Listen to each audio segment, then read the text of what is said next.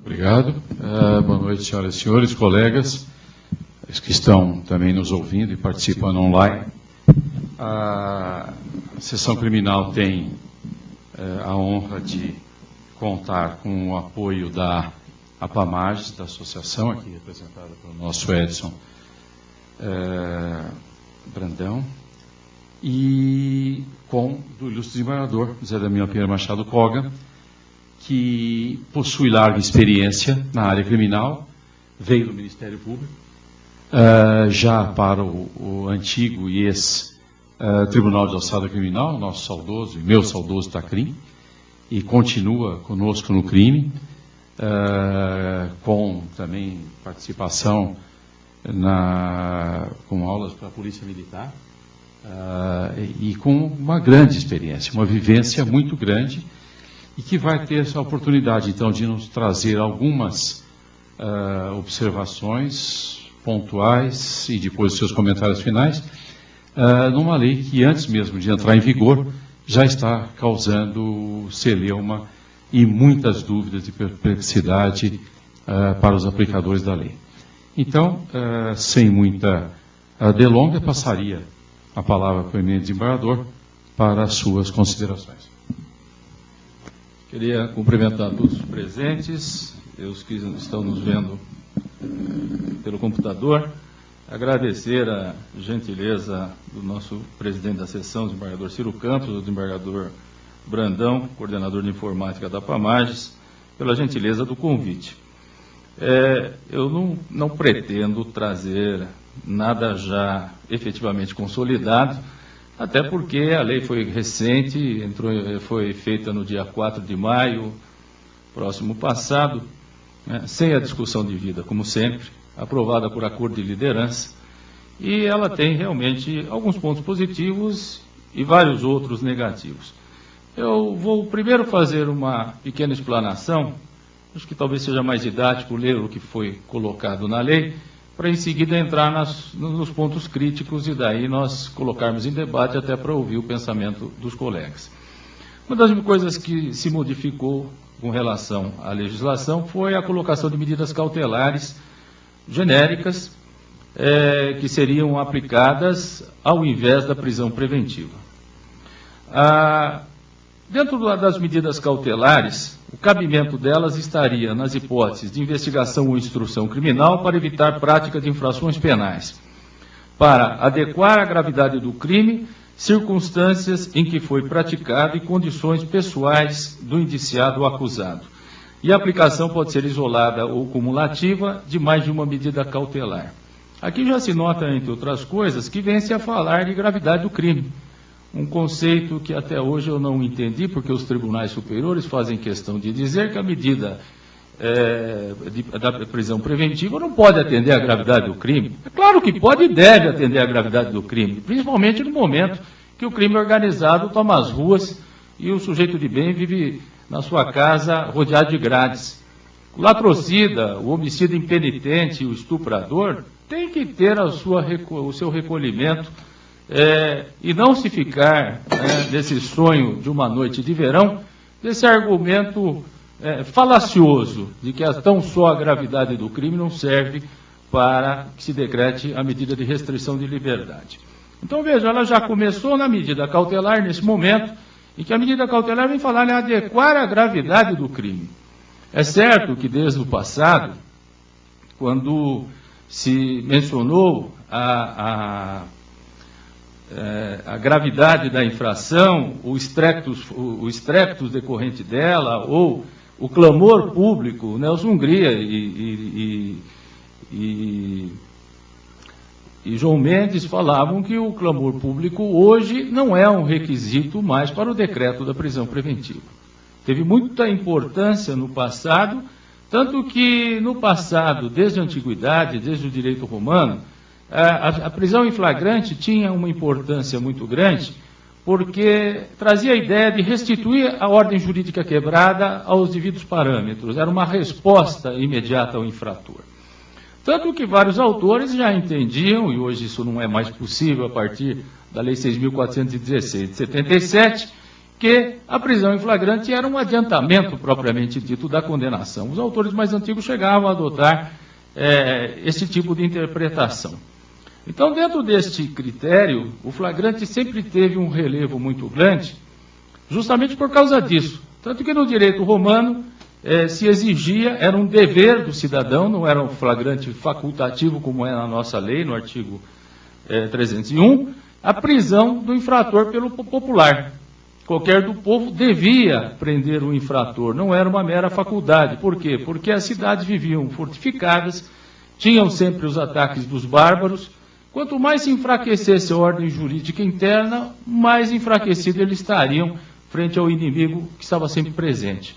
Por isso, a partir daquele momento, se passou a exigir que o cidadão romano, ao ver a prática de uma infração penal, perseguisse o infrator aos gritos para que ele fosse preso e apresentado ao magistrado. Posteriormente, isso passa pelo direito francês, ele era perseguido a cru and cri, no direito inglês, ele era perseguido a hue and cry, ou seja, a buzinada e grito, hue and cry com grande estardalhaço. No direito português, nós temos a perseguição prendam aos gritos de prendam fuão da parte del rei, ou seja, prendam fujão da parte del rei. E também no direito normando, era obrigado aquele que visse a prática de uma infração penal a perseguir o infrator e gritar raro.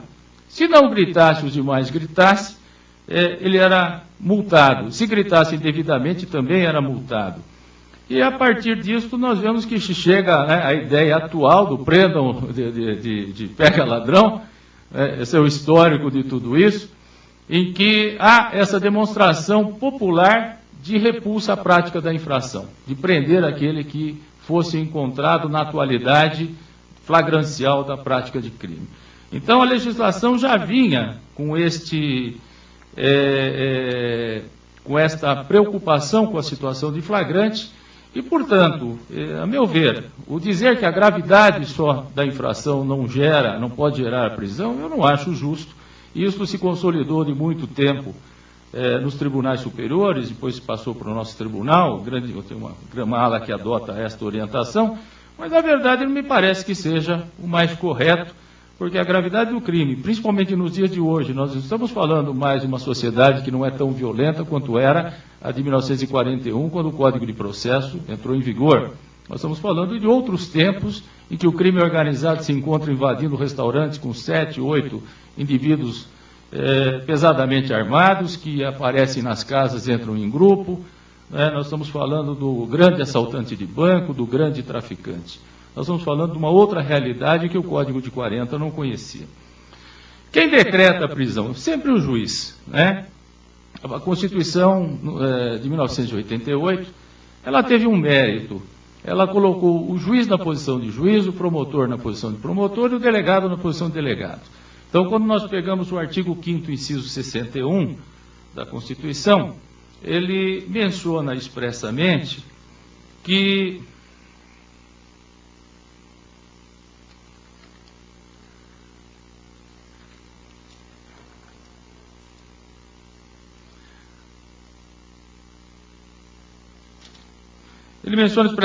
ninguém será preso, senão em flagrante delito, ou por ordem escrita e fundamentada de autoridade judiciária competente, salvo nos casos de transgressão militar ou crime propriamente militar definidos em lei. Evidente, crime militar atende ao princípio de hierarquia e disciplina, tem uma situação diferente, a prisão é mais fácil de ser decretada. Mas, vejam, a partir do momento que se colocou ordem escrita e fundamentada de autoridade judiciária, a situação se consolidou, dando monopólio ao Poder Judiciário para decreto de prisão. A Constituição de 34, a de 37, a de 46, a de 67, a emenda número 1 de 69, todas elas falavam que se prendia em flagrante ou por ordem de autoridade competente. Daí que nós tínhamos o artigo 319, que cuidava da prisão administrativa, que poderia ser decretada pelo ministro da Justiça para os estrangeiros de situação irregular ou desertores estrangeiros de navios mercantes ou de guerra, e para o ministro da Fazenda, poderia decretar a prisão para os omissos e remissos de entrar com dinheiro para os cofres públicos. Então, hoje, prisão é monopólio do Poder Judiciário. E a prisão em flagrante é a única exceção que se permite que a autoridade administrativa lavre o auto com a imediata convalidação desse ato pela autoridade judiciária. Então, o juiz decreta esta prisão na investigação criminal ou por representação da autoridade policial ou a requerimento do Ministério Público. Então, vejam, medida cautelar não se decreta mais de ofício, só por provocação, porque o juiz não é órgão da investigação. Na ação penal, por requerimento das partes e de ofício. O procedimento para decretá-las, nos casos de urgência ou perigo de ineficácia, não se intima a outra parte. Outras hipóteses, se intima a parte contrária para se manifestar com cópia do requerimento e peças necessárias. Mas os autos, todavia, não saem do cartório. Eu não vejo com bons olhos isso, porque sempre que se vai decretar uma medida de força, vejam, é um contraditório demais. Aliás, eu gostava de uma época que o Tribunal de Justiça tinha um provimento, que quando se decretava a prisão preventiva de algum réu, só se dava ciência ao advogado dele 24 horas depois. Até caiu em desuso, só que ninguém cumpre. Então, o que acontece? Isso de criar um contraditório para decretar uma medida constritiva, né, que ainda que não seja necessariamente de liberdade, seja só um recolhimento, ou monitoramento, ou qualquer outra coisa, eu realmente não vejo o menor sentido em que isso aconteça. Mas se colocou aqui que existe esse contraditório se não houver o perigo de ineficácia e houver a urgência com o pressuposto. Do descumprimento das obrigações impostas, o juiz de ofício, a requerimento do Ministério Público, do assistente ou do querelante, pode tomar as seguintes providências: substituir a medida cautelar, cumulá-la com uma outra, ou só então decretará a prisão preventiva se for necessário maior rigor. Então se colocam todas essas alternativas para se chegar à medida de constrição de liberdade. E a revogação pode acontecer a qualquer tempo, não é? Quando não houver motivo mais para subsistir, ou então quando for conveniente substituí-la por uma menos rigorosa, no caso, que é a que havia sido imposta. E novo decreto também pode ocorrer da medida cautelar, desde que novas razões venham a instruí-la, assim como acontecia na prisão preventiva. As hipóteses de prisão, no artigo 283, há uma menção de que o flagrante delito, a primeira hipótese é de flagrante delito, a segunda, ordem escrita e fundamentada de autoridade judiciária competente, a terceira hipótese é por sentença condenatória transitada em julgado, e a quarta, em razão de prisão preventiva ou temporária na investigação ou no processo. Eu confesso que eu não gostei nem um pouco de por sentença condenatória transitada em julgado.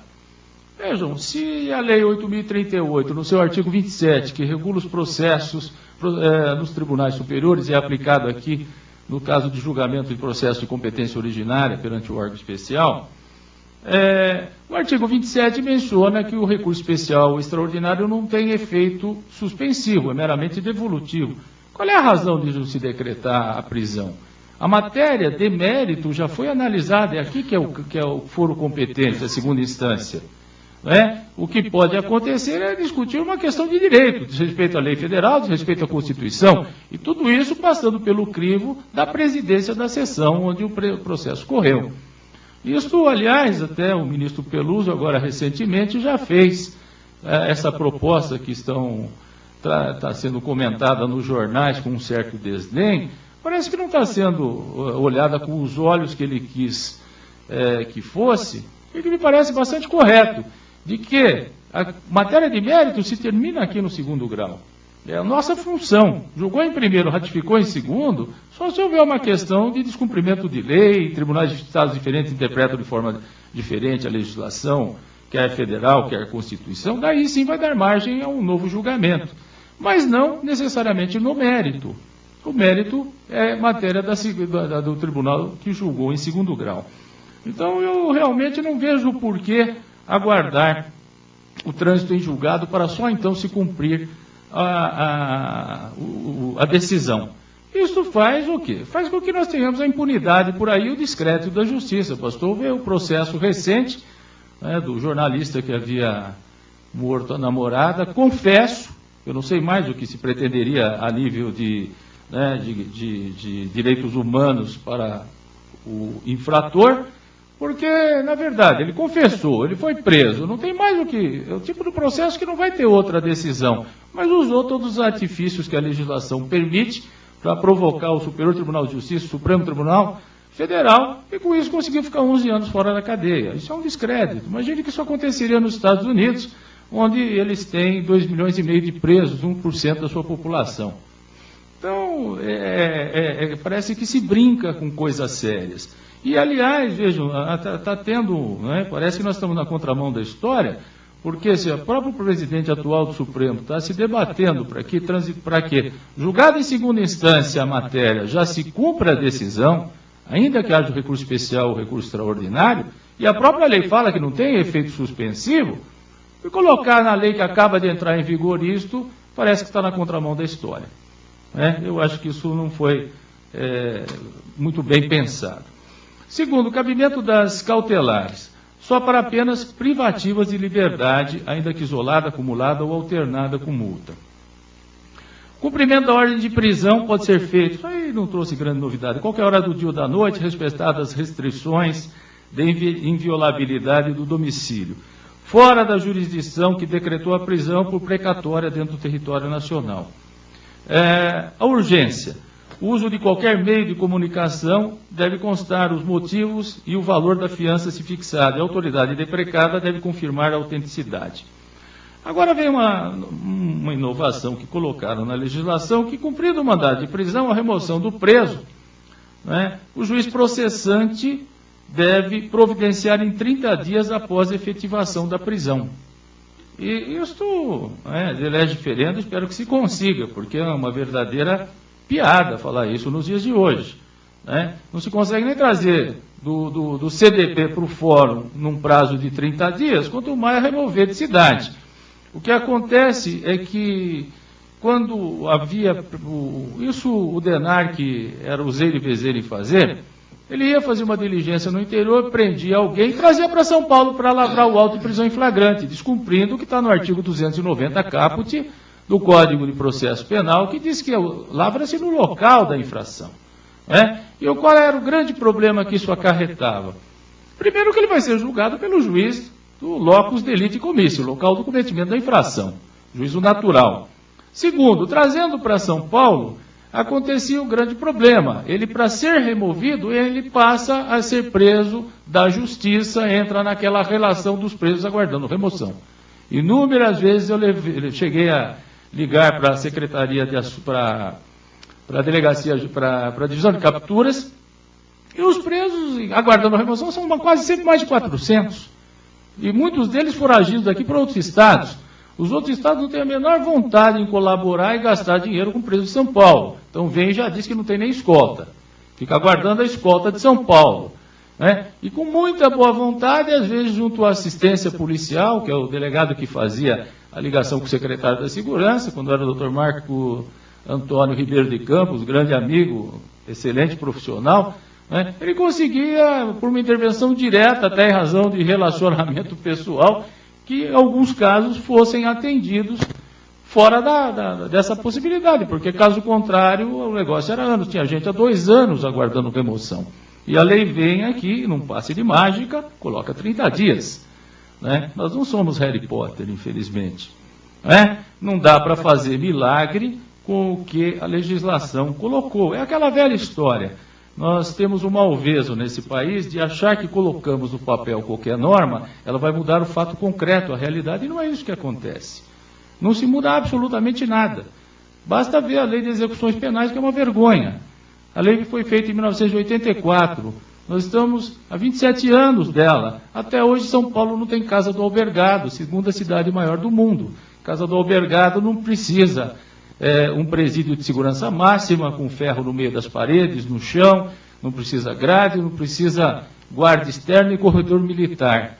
Precisa simplesmente um barracão que tem algumas camas, um policial para manter ordem e um funcionário para verificar a entrada de preso. Só. Ele vai ficar lá sábado, domingos e feriados e vai sair de manhã e voltar à noite. Até hoje nós não temos para moralizar o sistema. E nas comarcas do interior, a grande maioria dos prefeitos acabou pegando as pequenas casas do albergado e transformando em outras coisas de seu interesse. Então, veja, se 26 anos, né, e a Lei de Execuções Penais, do seu artigo 203, penúltimo artigo, mencionava que o Estado tinha 6 meses para se adequar ao que lá se encontrava previsto, sob pena de corte de ajuda federal, a parte penal, penitenciária. Vocês imaginem colocar esses 30 dias aqui na legislação para fazer a remoção de preso de uma comarca para outra. Isso é mais um sonho de uma noite de verão. Com certeza não tem como ser cumprido, não é má vontade, é falta de estrutura. Mais à frente ainda se colocou que a captura pode ser requisitada à vista do mandado judicial por qualquer meio de comunicação verificada a autenticidade. Isso já existia na legislação, e mesmo quando a legislação ainda falava em telégrafo, tudo mais se faz por telefone, se telefona de volta confirmando a autenticidade e se cumpre nos casos emergenciais. Isso já está há muito tempo sedimentado. Daí veio a legislação ainda e colocou no artigo 300 separação entre presos provisórios e condenados em definitivo nos termos da LEP. Isso também já tinha previsão, não é nada de novo, só atentar aqui para o artigo 84, parágrafo 2º da Lei de Execuções Penais, que determina que aquele que trabalhou na justiça criminal tem direito de ficar recolhido separado dos demais presos, até por uma questão de segurança. A comunicação da prisão, que está prevista no artigo 306,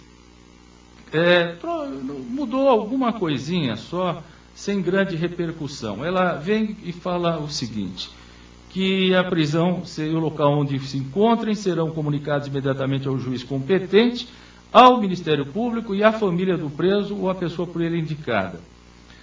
Vejam, esta história, a única coisa que se acresceu aqui foi a menção expressa ao Ministério Público. Eu acho até que não havia necessidade de colocar, porque ele obrigatoriamente tem que se manifestar, ele é o custos legis.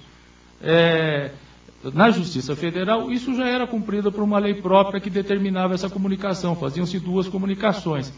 Não vejo grande problema em fazer uma comunicação ao juiz e uma só, que ele vai abrir vista ao Ministério Público, até vem nos nossos impressos lá, vista ao Ministério Público e conclusos. É mais papel gasto, mas, de qualquer forma, isso é mais uma demonstração de que não se alijou o Ministério Público de todo esse sistema.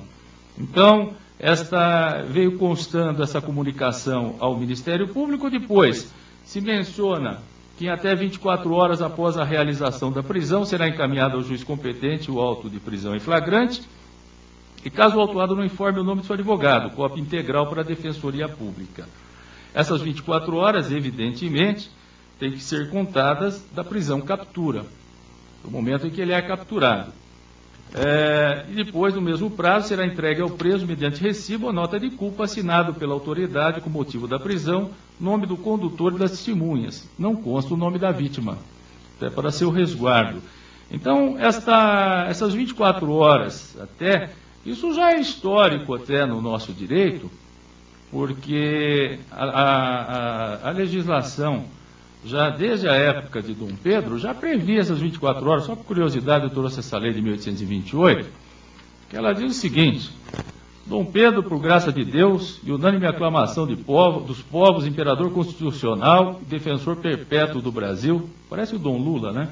Fazemos saber a todos os nossos súditos que a Assembleia Geral decretou, e nós queremos a lei seguinte: só poderão ser presos por crime sem culpa formada.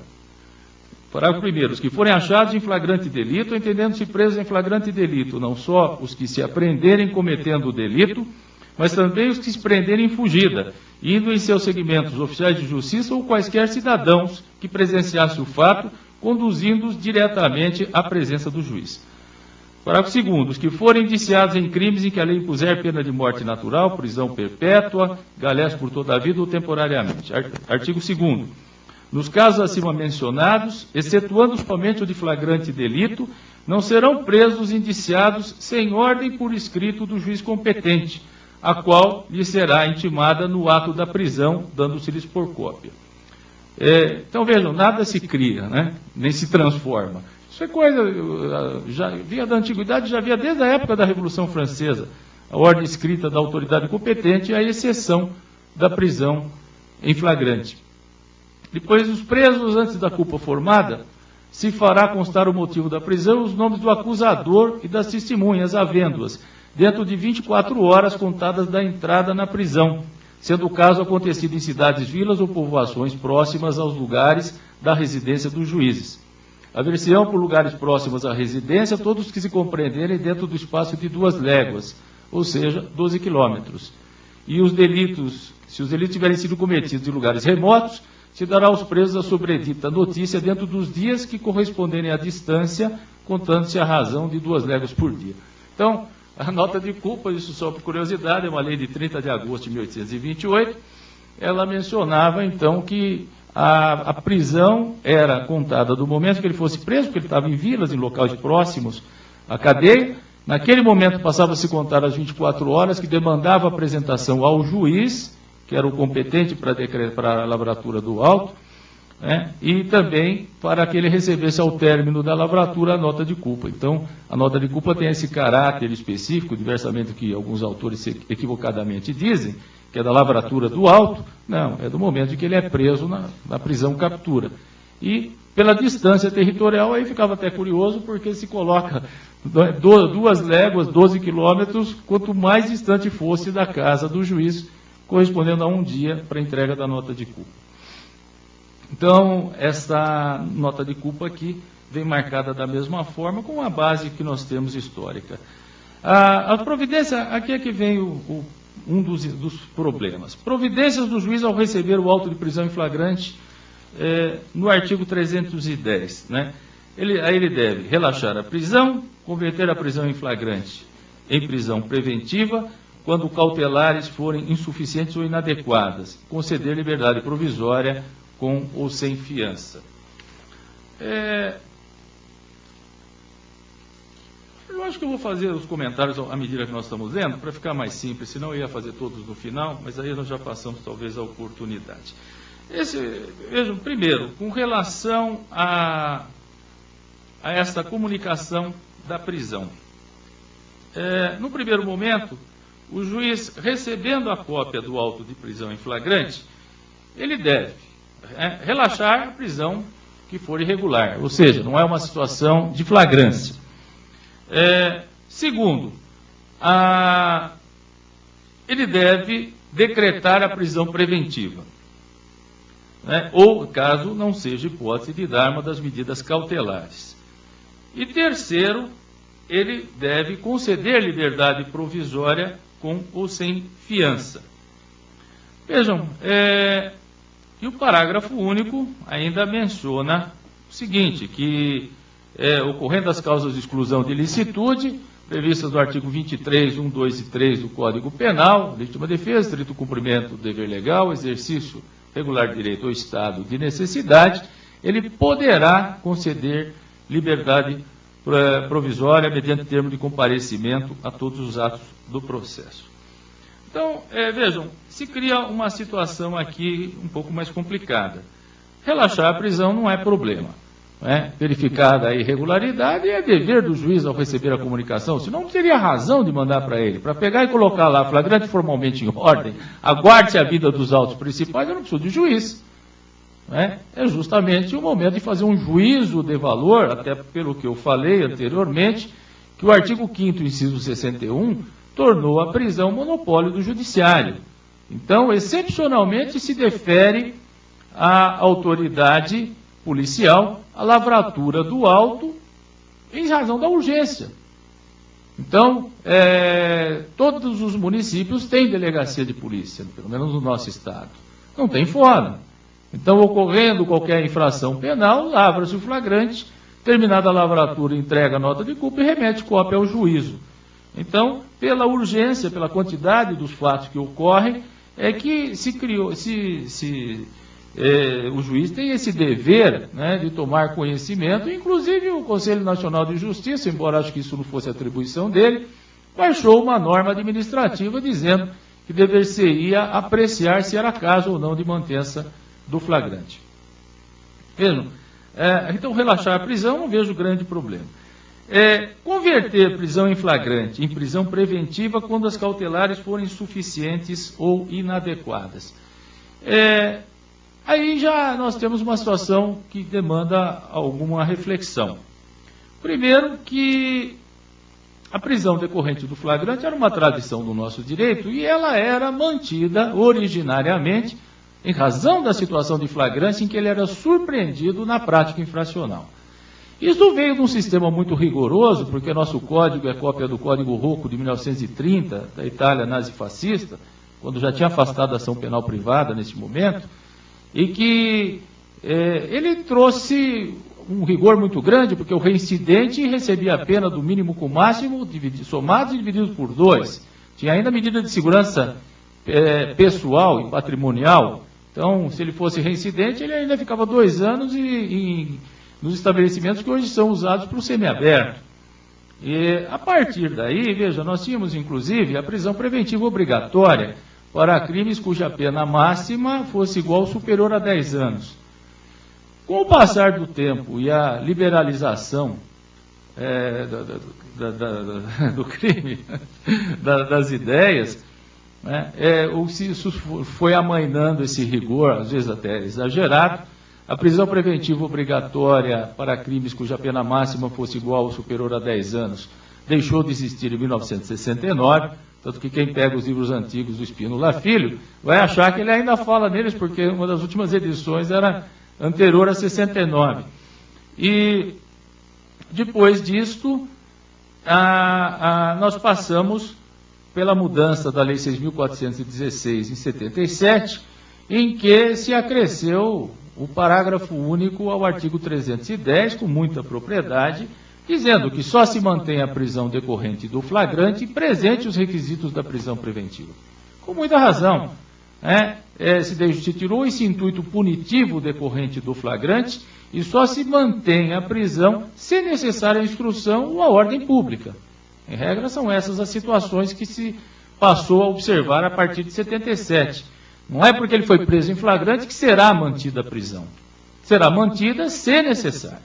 Então, a partir desse momento, e os ventos liberalizantes que passavam por aqui, nós acabamos tendo uma situação que não bastava ele ser preso em flagrante, mas ele teria a prisão mantida se necessário. Então, a regra passou a ser a liberdade, a exceção, a prisão. Então, a partir deste momento, o manter a prisão em flagrante só efetivamente se presente os requisitos da prisão preventiva. Então, aqui, vejam, aqui originariamente, deixa eu só comentar as cautelares para chegar a fazer um comentário final desta parte, porque as cautelares que foram criadas no artigo 319, elas dizem o seguinte, porque se não for caso de preventiva, ele deve dar a cautelar, ou então, excepcionalmente, conceder a liberdade provisória como sem fiança, que é a terceira hipótese. Agora, as medidas cautelares, tem algumas delas, que a meu ver, com o perdão da palavra, é um futebol de besteira. Porque se pegou matéria de execução de pena e se enfiou aqui, que não tem absolutamente nada a ver. Comparecimento periódico a juízo para justificar suas atividades. Veja, ele está ainda respondendo o processo. Mas só eu intimá-lo para qualquer ato, ele não comparecer, eu posso prendê-lo, ou pelo menos dar-lhe, se for o caso agora, uma medida cautelar mais rigorosa. Não vejo qualquer razão desse comparecimento periódico a juízo para justificar suas atividades. Não está em sede de execução. Ele não é condenado ainda. Ele está respondendo o processo. Se vige o princípio da inocência presumida, é um absurdo eu dar-lhe essa sanção já, quando ele pode ser absolvido. Suponha que ele esteja na fase imediata em que ele vai apresentar aquela defesa preliminar que foi criada, aí até muito mal criada, a meu ver, porque demora 2 meses para o processo do réu continuar, e no final das contas ele prove que tinha alguma excludente, alguma situação, e ele ficou preso com essa medida. E isso não sai de um dia para o outro. Então, essa medida tem o menor sentido, a meu ver. É que, infelizmente, quem legisla não é do ramo. Nós temos tido esse malveso em que alguns legisladores não têm experiência de vida nisso. Ou é o teórico, ou eventualmente quer criar alguma coisa nova para deixar seu nome aqui, e às vezes não aproveitam coisas boas que nós temos e criam novas que não vão ter o resultado esperado, também por falta de discussão da matéria. A discussão não pode ser numa comissão fechada. Tem que pegar o pessoal que, na verdade, milita com isso diuturnamente para ver as suas opiniões, o que ponto nós podemos questionar as propostas. E isso não foi feito, passou por acordo de liderança. A proposta é a substitutiva do senador Demóstenes Torres, que foi o mesmo que juntou o estupro ao atentado violento ao pudor, coisa que há 60 anos aqui já era matéria assente. E se cria algumas situações inusitadas, né? O rapaz que recebe um beijo lascivo de uma moça, ele é vítima de estupro? Pelo entendimento do senador, é. Quer dizer, não tinha que mexer nessas coisas. Mas foi mexer e não ouviu a classe jurista. Passou por acordo de liderança. A mesma coisa aconteceu aqui. Então,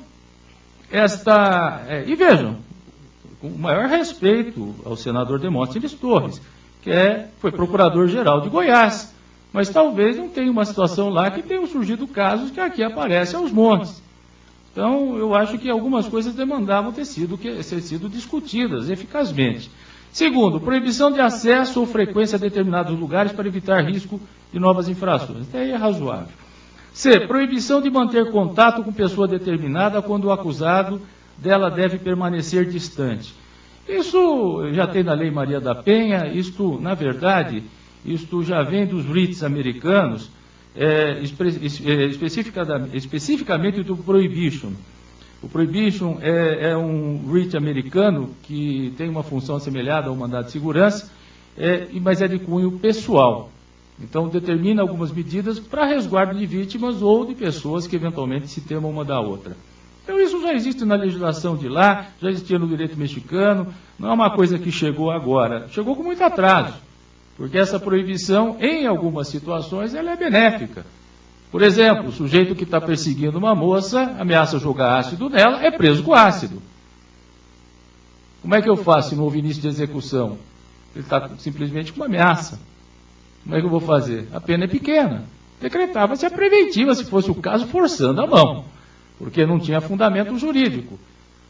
Mas com essa proibição, se tivesse tido esta medida já decretada, quebrando esta medida, ele estaria certamente com uma preventiva mais forte. Não é verdade? Então, esta eu acho que era uma medida que há muito tempo já devia ter no nosso direito. Proibição de ausentar-se da comarca quando a permanência seja conveniente ou necessária para investigação ou instrução.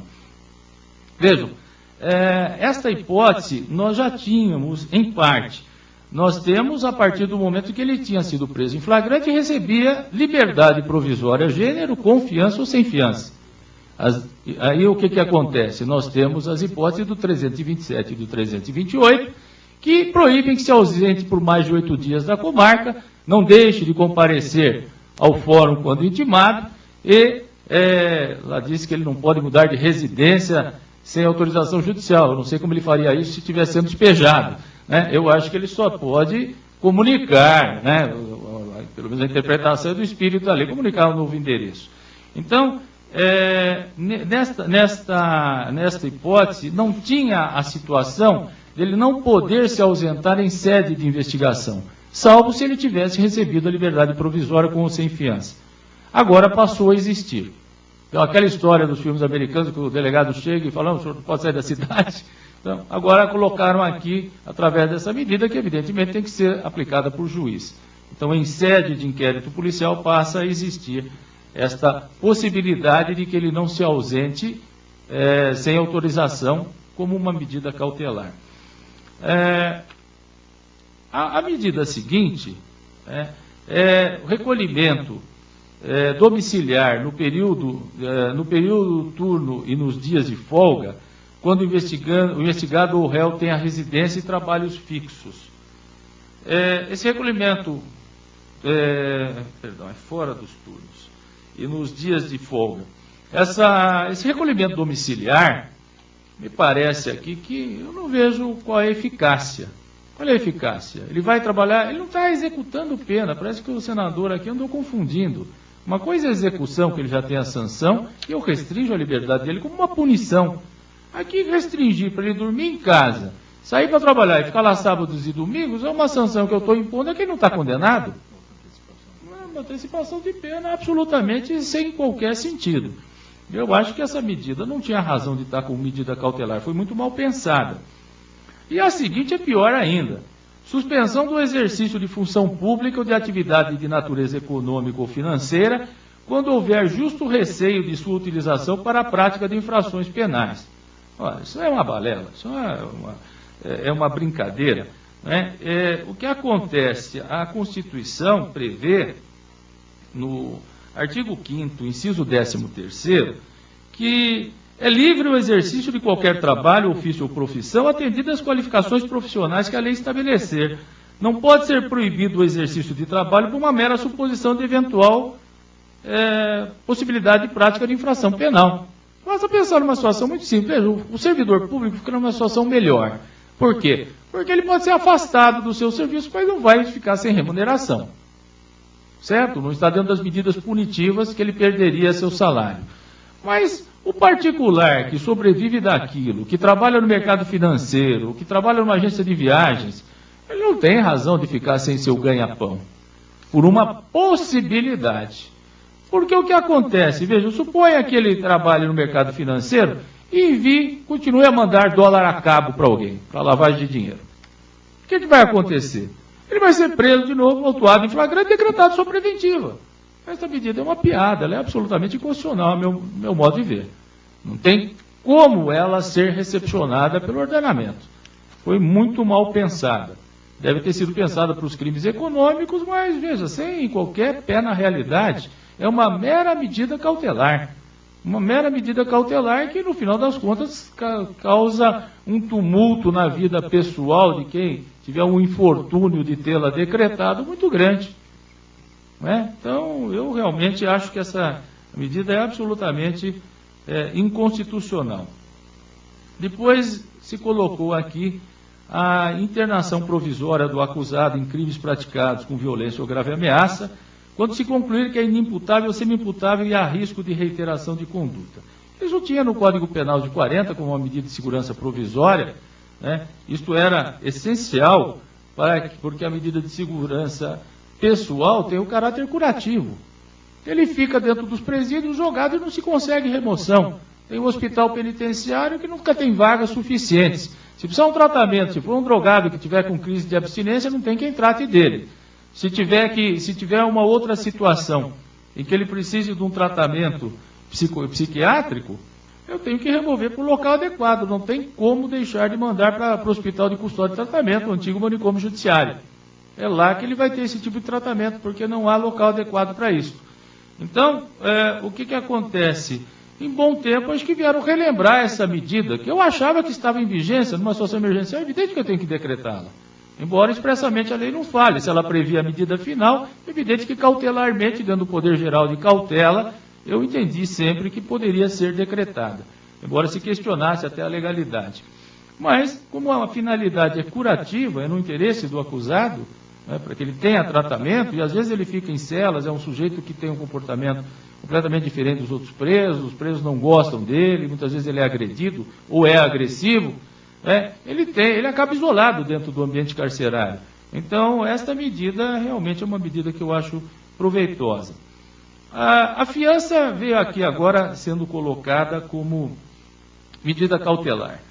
Só que se colocou que, quando for admitida, para assegurar o comparecimento a atos do processo. Agora é que eu não consegui entender o que se quis dizer com isso. Evitar obstrução do andamento e quando houver resistência injustificada à ordem judicial. É para tocar o sujeito na cadeia, não é para... Isso não é justificação de fiança. O que é fiança? Fiança é uma garantia do juízo, vem de fides, confiança. O direito romano, quando alguém era afiançado, chegava perante o pretor, punha a mão no seu ombro e falava algumas palavras sacramentais para se tornar responsável por aquele a que ele afiançava. E era uma fiança fidejussória, baseada no mero compromisso, a palavra. A nossa fiança é real, com exceção, ele é real. A restrição única, a liberdade provisória sem fiança. O resto, ela é real. Eu dou bens, objetos de valor, em garantia ou dinheiro. Ou títulos da dívida pública ou hipoteca inscrita em primeiro lugar. Como é que eu posso dizer que para evitar obstrução do andamento, ele pagou para evitar a obstrução? Não tem sentido, não tem nada a ver com o Instituto da Fiança. Assim como quando houver resistência injustificada à ordem judicial. É motivo para prender o homem. Ele está resistindo à ordem judicial, mais um motivo para tocá-lo na cadeia. Não tem meio termo. Quer dizer, não souberam nem definir aqui, quiseram inventar. Né? E uma invencionice aí sem grandes apuros legais. Depois se colocou aqui a monitoração eletrônica, né, como uma das formas de controle que eu acho até viável. Só que o grande problema prático aqui, já pensado pelo Dr. Marcelo Matias, na verdade, nem o sistema carcerário ainda não está com ela adequadamente disciplinada, com os presos utilizando até para as suas saídas diárias para trabalho. Para colocar aqui no preso eventual vai ter que arrumar, vai demorar ainda alguns anos, com certeza, para isso estar regulamentado. Mas não deixa de ser um avanço, pelo menos, porque eu posso controlar onde ele se encontra e, se possível, se necessário, revogar o benefício e decretar a prisão preventiva. Se colocou ainda com uma medida cautelar um pouco mais abaixo, e até a fiança ficou constando que ela pode ser acumulada de outras medidas cautelares. Se colocou logo a seguir no 320, a proibição de ausentar-se do país, intimando-se o indiciado ou acusado a entregar o passaporte em 24 horas. Eu acho até que o indiciado ou acusado eu sempre vi vários autores usarem como um termo mais amplo, que serve tanto na fase de inquérito como na fase judicial. Porque em sede de inquérito ele é indiciado. Vários indícios convergem nos termos do artigo 259 a apontá-lo como possível autor do fato, né? E em juízo ele é réu. Recebida a denúncia ou queixa, ele é réu. Ele passa a ter aquelas restrições que a lei exige, né? Mas o acusado era um termo que servia para os dois. E aqui ele fez uma distinção e colocou como se o acusado fosse o réu, que não é a mesma situação exata prevista na lei. Porque o acusado pode ser aquele que pende uma suspeita, inclusive, só sobre ele, né? Num segundo momento, ausente os requisitos para a prisão preventiva, se colocou no 321. Vejam, 321...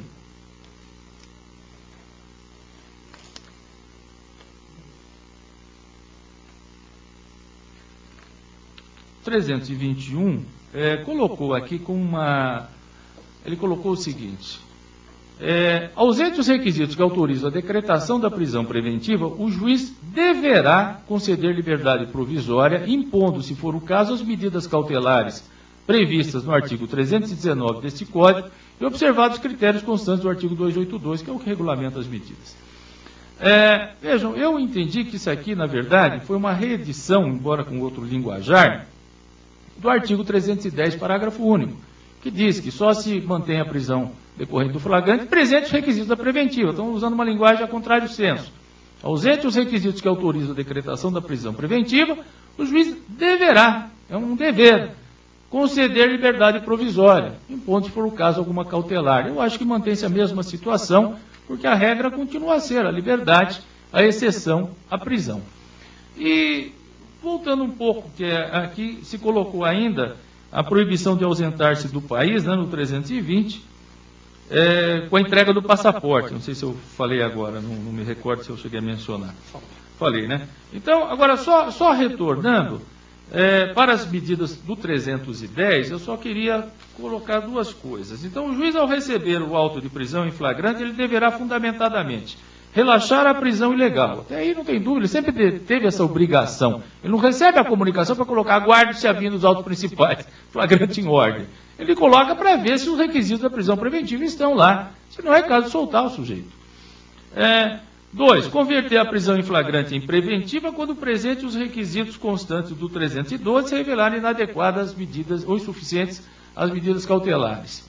E 3. Conceder liberdade provisória com ou sem fiança. Então, vejam, ausente os requisitos da prisão preventiva, ele deve conceder liberdade provisória gênero, com ou sem fiança, espécies.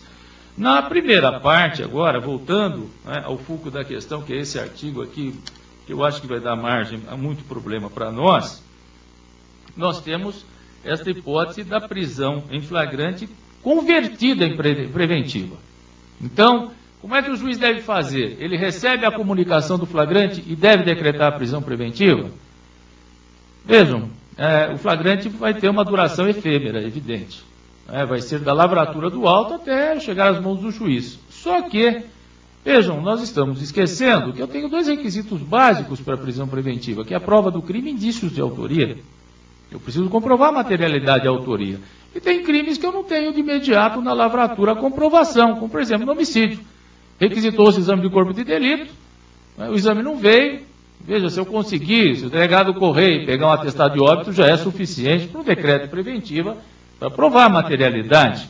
Mas não são todos que vão ter essa boa vontade, né? Principalmente quando o código anterior falava que ele devia se dirigir ao local da infração sempre que possível e conveniente. Nunca era possível, nunca era necessário. Então, imaginem correr atrás desse restante de prova que vai demandar trabalho. Então, eu até coloquei a discussão aqui para se pensar um pouco, se esta conversão deve ser imediata só no momento do recebimento da comunicação do flagrante, em que o delegado vai ter que instruir melhor, se for o caso, ele vai ter que trazer a cópia do exame toxicológico provisório, às vezes não chegou até o final da lavratura do flagrante, vai ter que trazer qualquer documento comprovando a lesão, que leva dias para chegar na delegacia, né? Vai ter que trazer qualquer indício de óbito efetivo. Isso tem que vir acompanhado da cópia do flagrante, se for para decretar nesse momento, como parece que é o intuito da lei. Talvez fosse, estou colocando só de lege ferenda aí para se pensar, se não fosse mais prudente se aguardar os 10 dias de conclusão do inquérito nos casos comuns, indiciado preso, ou 30 nos casos de tráfico. Por quê? Porque daí o inquérito viria certamente com esses elementos, com uma aferição, né, mais rigorosa. Mas não foi isso bem o que a lei quis dizer. Né? Pelo que está se colocando, é naquele momento. Só que como eu vou fazer naquele momento se não tem todos esses elementos? E vejam, vai vir e ir de papéis no flagrante, né? Na própria comunicação do flagrante ao juízo. O juízo vai ter que expedir os mandados de prisão, porque ele está preso agora por outro título, prisão preventiva. Então, isso vai demandar um pouco mais de trabalho, não só ao Judiciário, mas também ao Ministério Público, mas também ao delegado de polícia. E eu vi um dos trabalhos aqui, entendendo que o juiz poderia fazer de ofício sem ouvir o Ministério Público, de forma nenhuma. O Ministério Público é o titular da ação. Se o Ministério Público, veja, o grande problema, o juiz decreta a prisão preventiva. O Ministério Público acha que precisa de outras provas. E não resolve não denunciar. Como já tiver casos que já aconteceram, já foi objeto de discussão, já foram parar no órgão especial, tal. O que vai acontecer? O juiz vai ser obrigado a relaxar a prisão, ou revogar a prisão preventiva. Então, vejam, nós temos que andar par e passo, tanto o órgão da ação como da jurisdição. Quando se decreta uma prisão preventiva, há uma convergência de vontades. Não dá para fazer essa sustentação, porque não se mencionou expressamente que o Ministério Público deve. É evidente que ele deve. Se manda entregar uma cópia para ele, para que é? Para ele fazer aviãozinho? Não tem sentido. É para se manifestar, para ele tomar ciência, para propor o que ele achar que é conveniente. Às vezes ele tem uma visão. E veja, nunca é demais ouvir o pensamento do outro, porque temos mais elementos para decidir. Nem todos pensam pelos mesmos caminhos. Não é? A Defensoria Pública não vai receber uma cópia se ele não indicar advogado? Vai. Para quê? Para fazer a sua petição, para entender que ele deve ser solto. E veja, a Defensoria Pública ainda numa situação muito mais lacônica, porque infelizmente nos presídios ainda não tem os defensores públicos, embora se tenha incluído na LEP o ano passado. E o que acontece? O defensor público não vai visitar o preso no CDP. Então ele apresenta uma defesa preliminar naquele momento, que é preliminar, sem ter falado com o réu, com a história que ela acha que é possível pedir, e que depois pode ser completamente antagônica à versão que ele quer dar. Vejam, nós temos ainda o da FUNAP, lá quem faz só os pedidos iniciais, Fundação de Auxílio ao Trabalhador Preso. Depois de preso ele vira trabalhador, antes ele não era. Então, eu acho que essas situações, é evidente, o problema da defensoria poderá ser alterado, com pelo menos um defensor nos presídios, que mantenha contato com o outro para ver qual é a versão, repassar e ter uma unidade de defesa, se não houver a vontade de se deslocar. Mas tudo isso eu não vejo porque eu vi essa orientação aí num dos trabalhos que eu vi, que o Ministério Público não deve ser ouvido, o juiz deve... claro, vejam. É tudo feito às claras, cada um tem sua função, um é órgão da ação, outro é da jurisdição.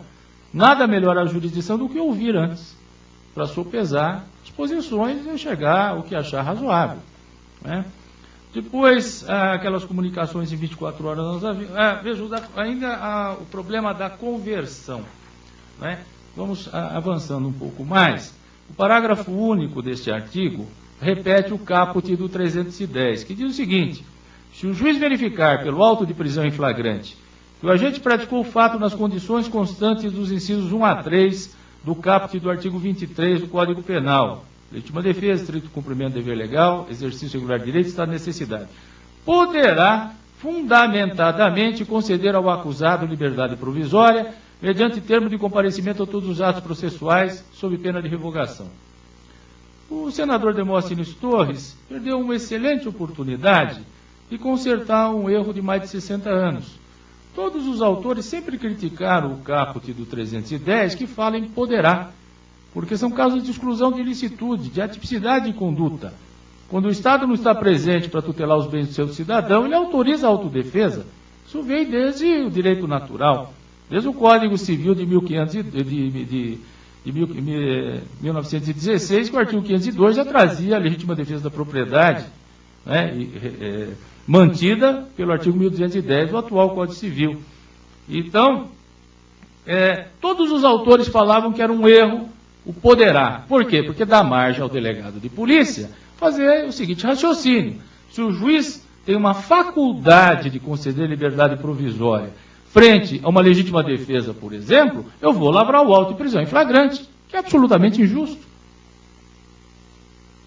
Certo? Em vez de colocar aqui o deverá, que depois ele repete no caso que ele diz que deve conceder liberdade provisória se não estiver presente os requisitos da preventiva. Ele faz essa bobagem aqui e mantém de novo um erro. Como é que se vai sustentar que isso é um erro agora, que foi feito novamente o artigo e se manteve esse erro de redação, que era o argumento dos juristas? Não tem como, né? Foi mais uma chance perdida de se corrigir alguma coisa.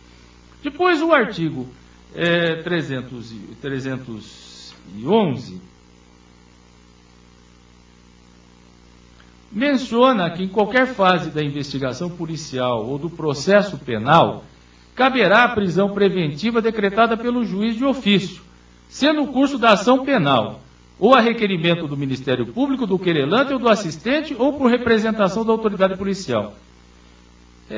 Vejam, o que estava bom não se precisava mexer, né? Quiseram modificar o texto do artigo e saiu uma coisa, né, mal feita. Porque o que acontece? Se passou pela minha interpretação, da mesma forma que a cautelar, o juiz não decreta mais de ofício. Assim como a prisão temporária, ele não decreta de ofício, porque ele não é órgão da investigação. Então, se a prisão preventiva em sede de inquérito policial ou investigação outra, ministerial,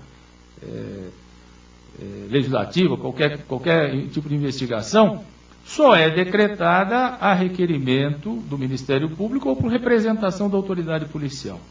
Só que ele colocou assim: no curso da ação penal, será requerimento do Ministério Público, do querelante, do assistente ou por representação da autoridade policial. Na ação penal, a autoridade policial não vem fazer essa representação no início, normalmente antes dela ter se iniciado, salvo um fato que ela vier a saber posteriormente. Mas não é a regra. Então a regra seria pelas partes, como o Código dizia anteriormente, pelo Ministério Público ou pelo querelante ou pelo assistente. Aqui, pela redação que ele fez, ele fala em assistente, dando a entender que o assistente pode fazer esse requerimento de prisão preventiva em sede de inquérito. Nós não temos assistente em inquérito policial. Ele tem que ser admitido, tem que ter um interesse extrapenal para poder integrar a lide. Antes disso, como é que eu vou dizer que o assistente pode ingressar no inquérito e vir pedir uma prisão preventiva? Sinto muito, mas quis mudar a redação e ficou péssima. A redação era suficientemente boa para isso. Depois o 302 vem e repete as mesmas situações que nós tínhamos, que a prisão preventiva poderá ser decretada como garantia da ordem pública, da ordem econômica. Isso aqui foi acrescido pelo Collor, sem qualquer razão de ser, porque, na verdade, Eu não vi um decreto só pela ordem econômica. Para atingir a ordem econômica, não passo pela ordem pública. A ordem econômica é um subitem da ordem pública. Quis colocar alguma coisa para dizer que mexeu no texto. Conveniência da instrução criminal para assegurar a aplicação da lei penal quando houver prova da existência do crime e indícios suficientes de autoria, que são os requisitos básicos.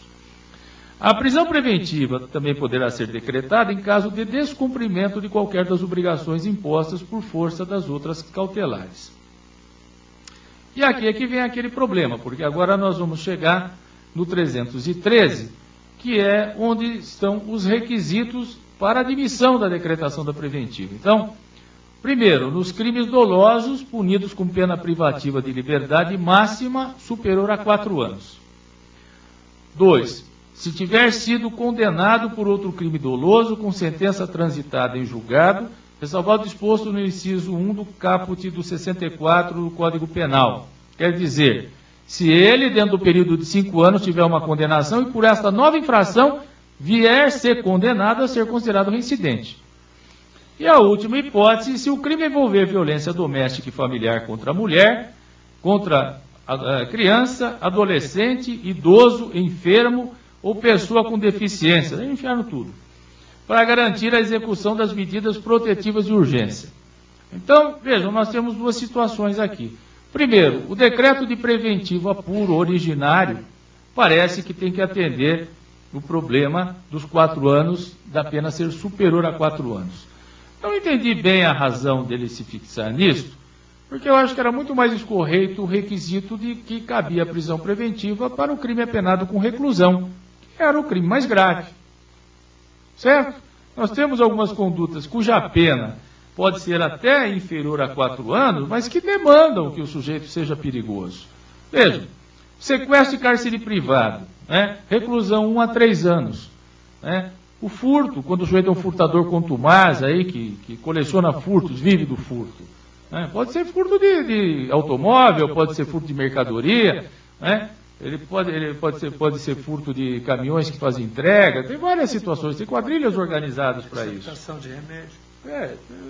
Receptação, entre outros, que eu coloquei aqui também. A receptação tem a pena de 1 a 4 anos. Então, numa situação dessas, vejam, não vejo por que ele fique infenso a prisão ser primário, só por esse requisito temporal. E vejo, se não bater na segunda hipótese, em que ele é primário, ele não é reincidente, eu não vou poder decretar essa prisão preventiva originária. E daí sobra a última hipótese, os casos de violência doméstica e familiar. Então, nessas hipóteses, a pena, lá se for pelo 129, nono, é de 3 meses a 3 anos. Também está abaixo dos 4. Então, o que eu estou interpretando nesses casos é que cada um existe de per si. Só na prisão preventiva originária é que eu preciso dos 4 anos. E daí também surge uma dúvida, como é que eu faço no caso da tentativa? Ainda que o crime seja grave. Se for um crime cuja pena originária seja superior a 4 anos, mas com a tentativa daria a redução de 1/3, redução mínima, ele vai ficar na rua? Não foi bem pensado, talvez, o critério. Mas eu acho que não se pode abrir a porta, porque com isso nós estamos absolutamente tolhidos e o crime está tomando campo cada vez mais. Deixa eu fazer uma indagação. Isso me parece que é o pior dessa reforma inteira, que não é boa, no meu sentir, mas acho que o 312 e 13 são os piores. Você fala na prisão preventiva originária, essa estaria limitada para 313. Porém, o caput 313 menciona expressamente o 12. E nós temos a situação do descumprimento de medida. O que me parece que o espírito da lei, a situação posta na lei, ainda que houvesse descumprimento, só poderia se decretar preventiva na situação do 12 combinado com 313. Eu queria saber se a sua opinião é um delito que, por conta do 313, inciso 1, menos de 4 anos, ele é considerado agente, um benefício qualquer, uso de tornozeleira, por exemplo, ele rompe as tornozeleiras e desaparece. Se esse descumprimento, que teria hipótese de descumprimento, porém, mesmo descumprimento fala sempre do 312, que por sua vez é tipo remetido do 313. Ou seja, poderia, a seu sentir, numa situação em que há descumprimento de condição, decretar ainda que a pena máxima fosse menor que 4 anos?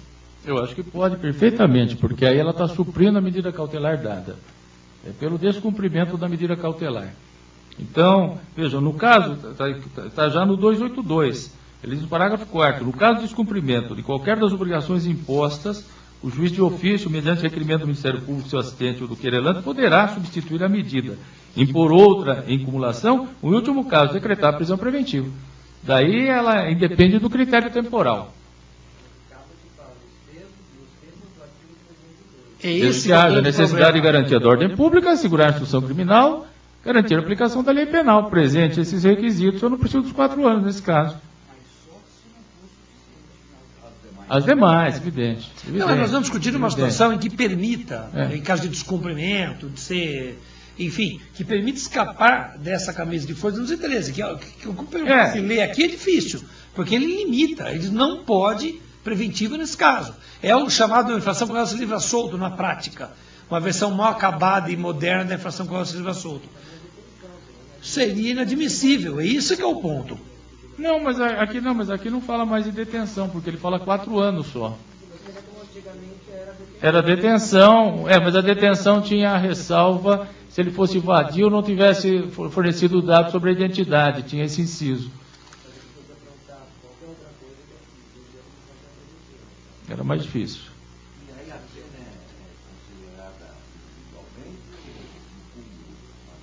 Não, o cúmulo material, eu acho que se aplica a mesma regra que se aplica no caso de concessão dos benefícios lá da Lei 9.099, da fiança, todos. Se soma-se, mais de uma infração penal eu tenho que somar. Quem quiser falar tem o microfone, Rogério, traz aqui para frente para poder participar. Agora, você está na internet, tem que também sair quem está falando. Agora, eu tenho entendido que se nós tolhermos demais isso aqui, não vai ter vai ser impunidade total. Não vai ter como prender ninguém. Vamos atender o governador, que quer livrar as cadeias, abrir as cadeias. O sujeito pode ter 18 receptações de carga roubada e vai ficar solto, um salvo-conduto. Eu também concordo. Mas eu acho que não. Veja, fazendo um raciocínio talvez mais calmo um pouco aqui, eu acho que dá para dar essa interpretação sem grande problema. Eu entendo que são isolados os requisitos do 313, o primeiro dos 4 anos. Ele serve, evidentemente, para um decreto de prisão preventiva originário, no primeiro momento.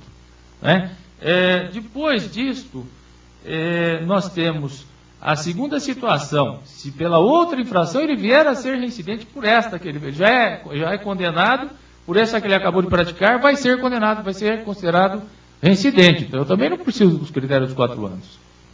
E na última hipótese é a violência doméstica aí, contra enfermo, tal, que evidentemente o artigo, a pena se for lesão, é no máximo 3 anos. Então esta demonstra que os outros não são cumulativos. Eles são isolados. É um tipo misto. Coloca cada uma das figuras em separado. Para o decreto originário, eu preciso dos 4 anos. Isso valeria para quebra de fiança também? Também. Por exemplo, porque afiançou-se um delito que a pena máxima é 4 anos, furto, quebra-se essa fiança. Porque também o sistema fica desmoralizado se não for entendido assim. Se não se entender dessa forma, nós estamos podendo pegar o chapéu e ir embora, porque o crime tomou conta. Ou então, talvez chamar o...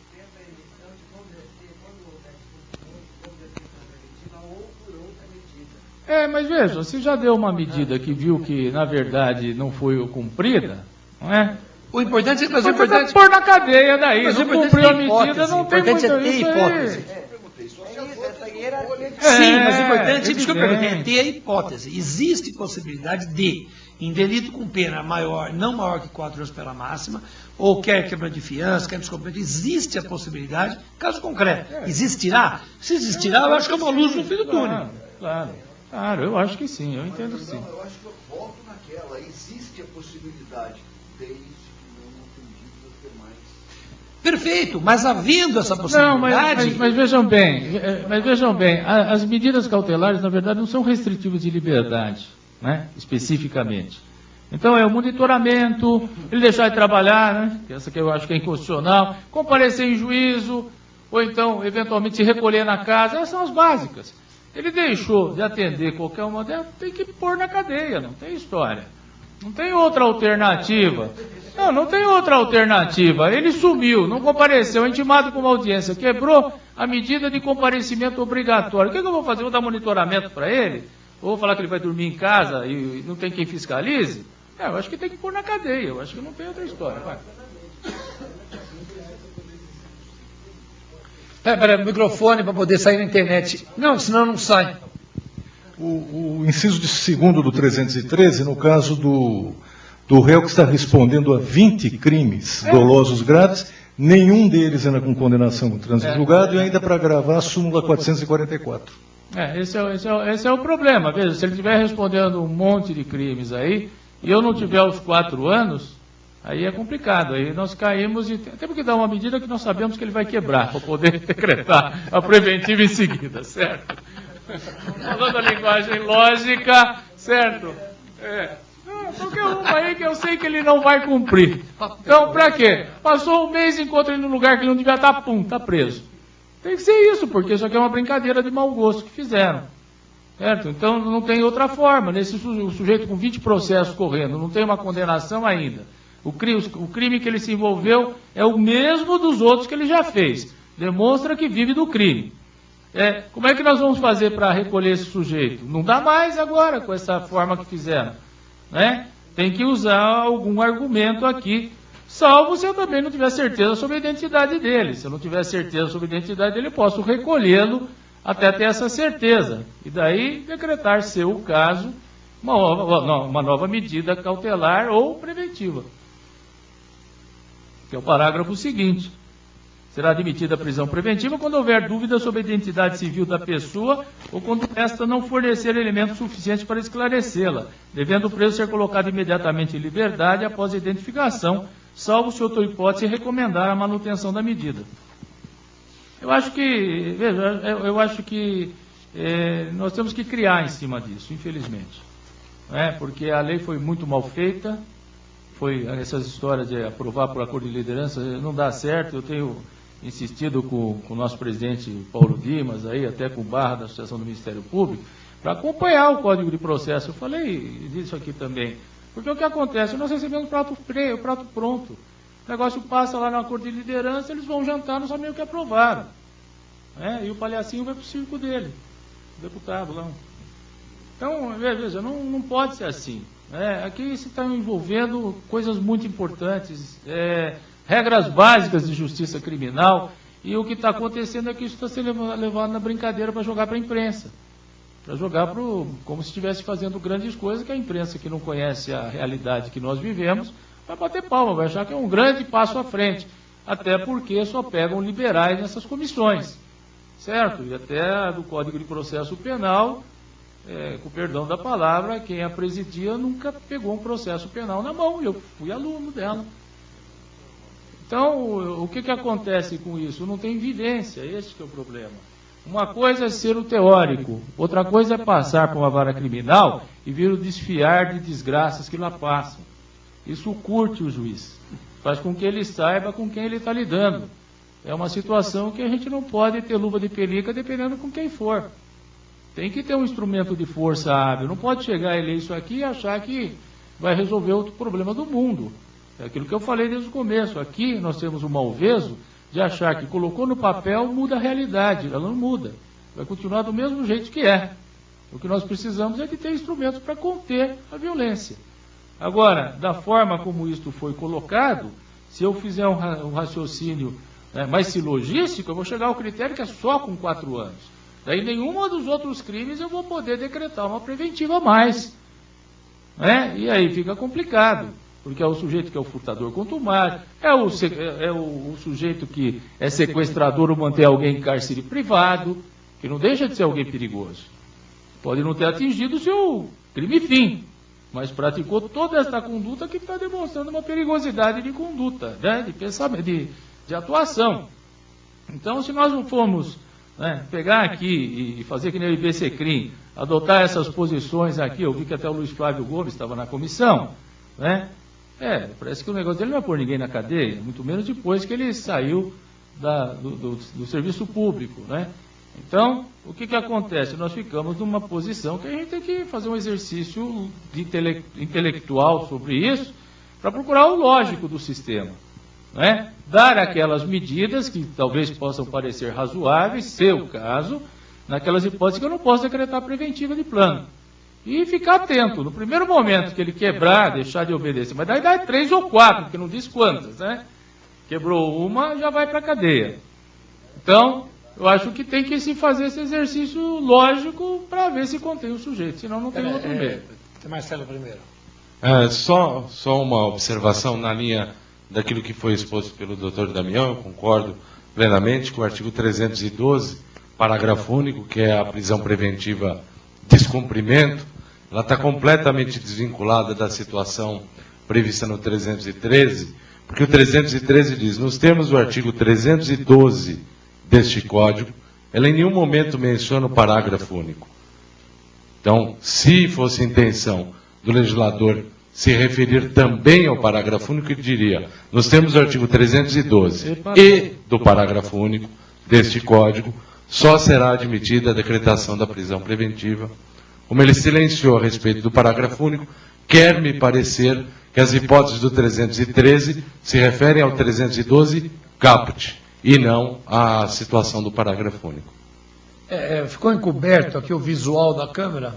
Então, para quem está em casa vendo, o doutor Marcelo Matias é um colega nosso que vai fazer a partir do dia 28 sobre isso, também é um professor, doutor consagrado, e eu já estou contente pelo curso de hoje e pelo próximo, porque pelo menos uma luz no fim do túnel. Porque eu passei a semana da entrevista, metendo a boca na sala, dizendo que era um absurdo acontecendo, e eu realmente estava achando que estava sozinho nessa ideia, talvez de forçar um pouco a barra.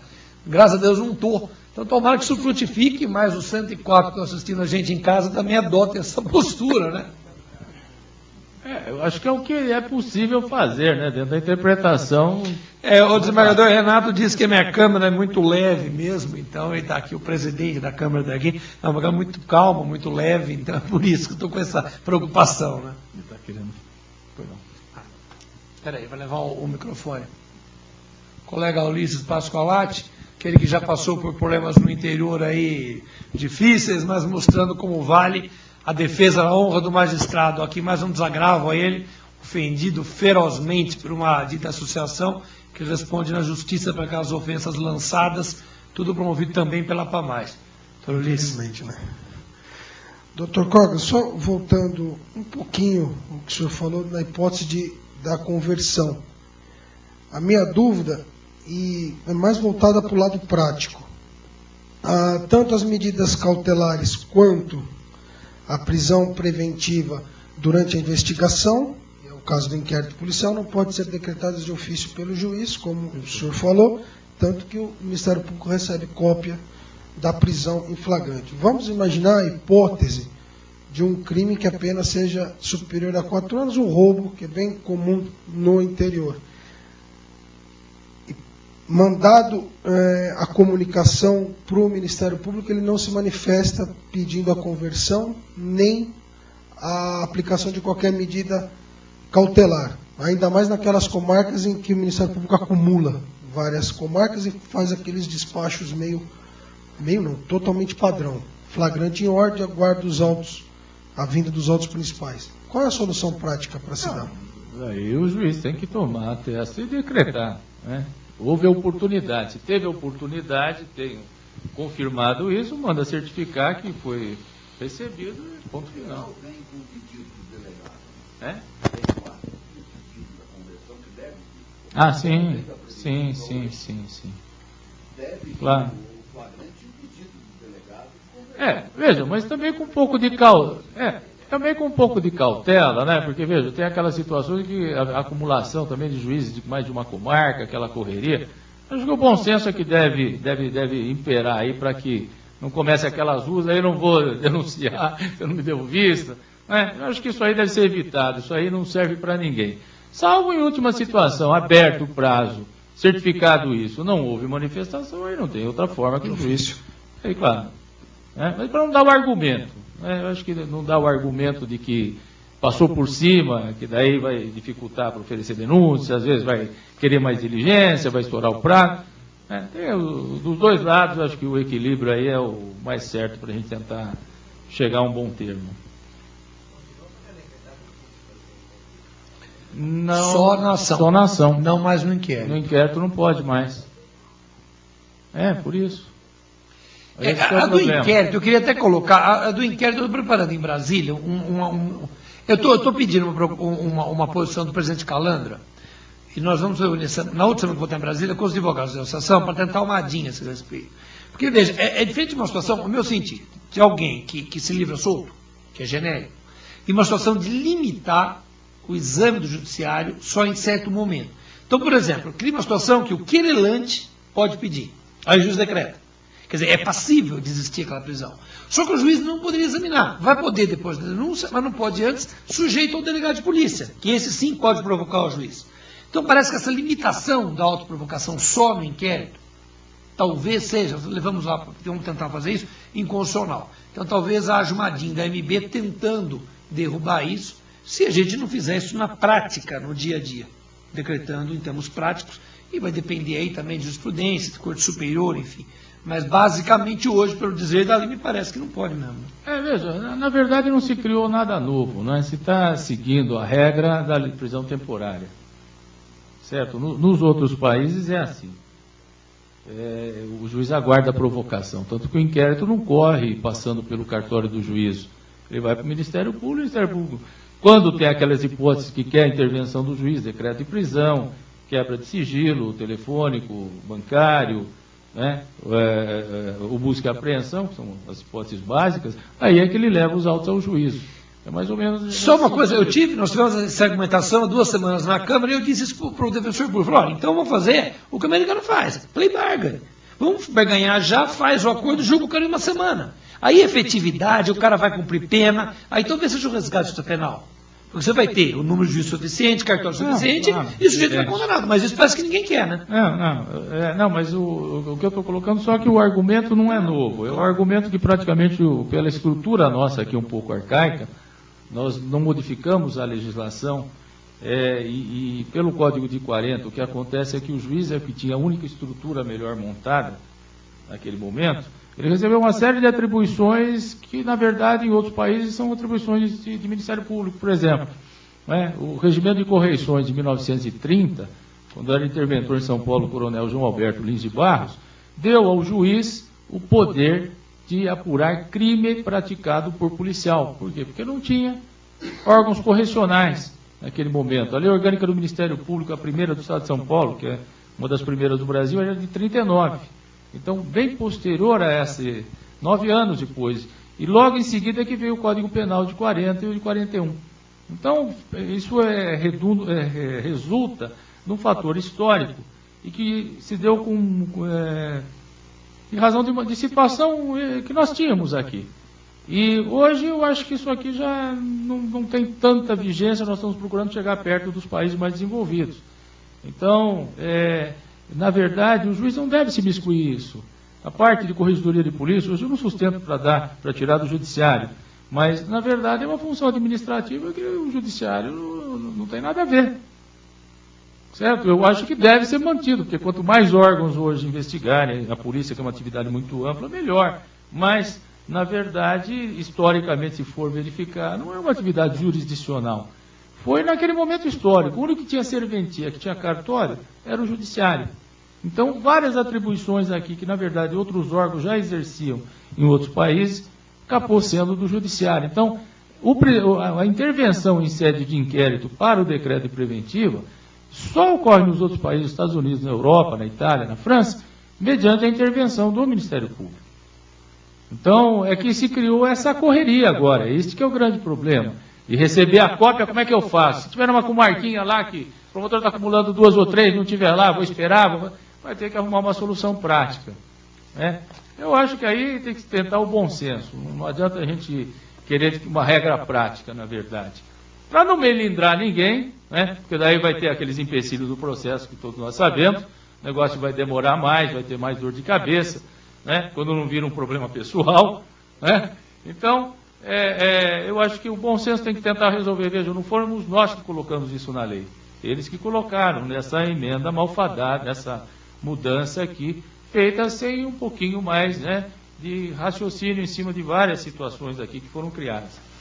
Então, eu não me assusto muito com o juiz agindo de ofício, certo? A origem, na verdade, era não agir de ofício, agir só provocado.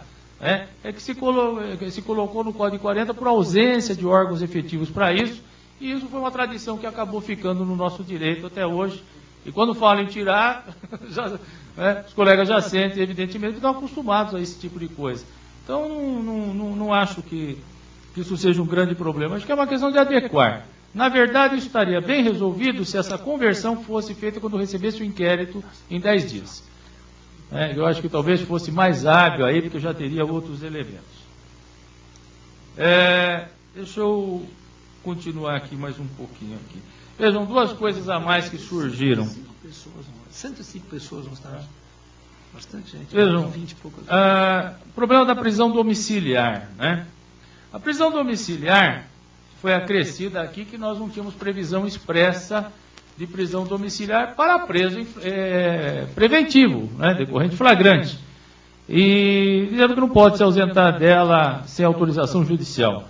E que o juiz pode substituir a preventiva por domiciliar quando o agente for maior de 60 anos. Extremamente debilitado por motivo de doença grave, imprescindível aos cuidados especiais de pessoa menor de 6 anos de idade ou com deficiência, gestante a partir do 7º mês de gravidez, ou sendo esta de alto risco. É uma verdadeira bobageira, uma bobagem. Ele quis fazer alguma coisa diferente, porque bastava pegar o artigo 117 da LEP, que traz as situações que já estão em sede de cumprimento de pena, que é uma sede mais avançada, não uma de constrição cautelar de liberdade. E o que diz o 117? Ele está dizendo o seguinte, que cabe a prisão domiciliar em algumas poucas hipóteses, mas não precisa ser essas hipóteses tão rigorosas que ele está colocando aqui. Por exemplo, só cabe a prisão domiciliar, admitirá o recolhimento do beneficiário de regime aberto em residência particular quando se tratar de condenado maior de 70. Por que ele veio dizer 80 aqui, se ele está respondendo o processo? Não, 80, ele aumentou, quer dizer, não tem sentido. Segundo, condenado acometido de doença grave. Aqui ele não veio dizer só acometido de doença grave, mas ele veio dizer extremamente debilitado por motivo de doença grave. Ele pode estar cometido de doença grave e não está debilitado. Depois ainda colocou condenada com filho menor ou deficiente físico ou mental, está na letra, que ele colocou imprescindível aos cuidados especiais de pessoa menor de 6 anos de idade ou com deficiência. Por que 6 anos? Qual é o parâmetro? Ele faz 7 e ela volta para a cadeia? Porque ela só colocava mulher, aqui abrange os 2 sexos. É por causa dos casamentos gays, as igualdades de sexos. É que a situação agora está mudando. Então, vejam, não vejo qualquer razão para colocar isto dessa forma. Gestante a partir do 7º mês de gravidez, ou sendo essa de risco. Se ela estiver no 5º mês, ela vai sair correndo com a barriga lá, a ponto de estourar a bolsa. Quer dizer, isso é ridículo. Isso é o ridículo. Perdão a palavra, isso aqui é um festival de besteira. Aliás, porque, veja, a lei que cuida da prisão especial ainda está em vigor, que é a Lei 5.256 de 67, que diz, só que pega quem tem direito à prisão especial, e aqui pegam todos os demais presos. Nas localidades em que não houver estabelecimento adequado ao recolhimento dos que têm o direito à prisão especial, o juiz, considerando a gravidade das circunstâncias do crime, ouvindo o representante do Ministério Público, poderá autorizar a prisão do réu ou indiciado na própria residência, de onde o mesmo não poderá afastar-se sem prévio consentimento judicial. Não onera das obrigações de controle. Por ato do juiz, de ofício do juiz, a requerimento do Ministério Público ou da autoridade policial, o beneficiário da prisão domiciliar poderá ser submetido à vigilância policial exercida sempre com discrição e sem constrangimento para com o réu ou indiciado e sua família. E depois, se ele desobedecer, revoga e vai ficar recolhido em estabelecimento, embora separado. Então, vejam, na verdade, eu não vejo razão nenhuma para colocar esta prisão domiciliar nessa sede.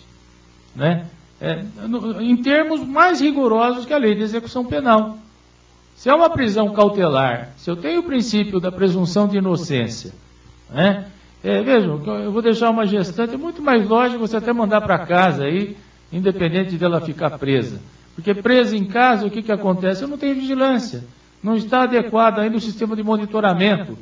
A prisão domiciliar demonstra que, na maioria dos casos, ele terá que ser vigiado. Só quem vai vigiar? A polícia? Nós não temos outros agentes para fazer isso. E nem sempre a polícia vigiando é a melhor solução, mas é uma alternativa.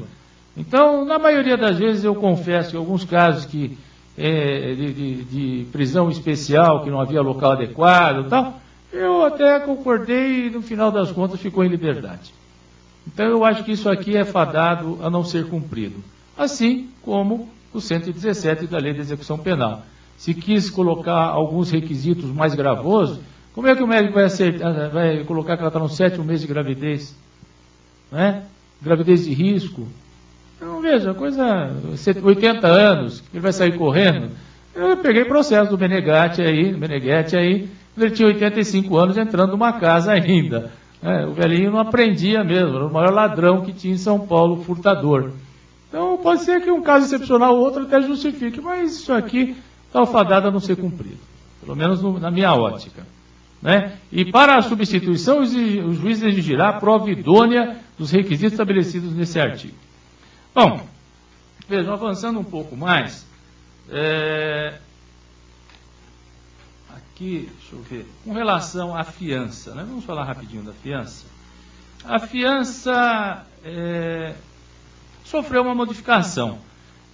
Todos os crimes são afiançáveis, com exceção daqueles que a Constituição prevê a inafiançabilidade, que está no artigo 5º, incisos 42, 43 e 44, o racismo, ação de grupos armados, civis ou militares contra o Estado democrático e os crimes hediondos ou a ele equiparados, tráfico, terrorismo e tortura. Então, esses já eram constitucionalmente inafiançáveis. Só que eu fico até muito contente com isso, porque juiz e promotor não podem mais ser presos, salvo se praticar algum desses 3 crimes, que estão muito normalmente aquém daqueles que poderiam estar envolvidos. Então, o que acontece? Se os deputados, pelo artigo 53, parágrafo 2º da Constituição Federal, só podem ser presos em caso de crimes inafiançáveis, deputados estaduais, federais e senadores. Os magistrados e membros do Ministério Público, pelas leis orgânicas, também só podem ser presos em caso de crimes inafiançáveis. Houve uma restrição tremenda da possibilidade de prisão em flagrante. Então, nessas hipóteses, porque todos os outros crimes hoje são afiançáveis. Né? Mais uma lembrança, acabou-se com livrar-se solto. O 322, que era uma situação que preexistia à fiança, foi abolido, embora não tenham tirado o artigo 309, que fala que o que se livra, quando se livrar solto, será imediatamente posto em liberdade. Né? Prova de que essa reforma foi mal e porcamente feita. Né? Então, esta situação da fiança criou esse problema.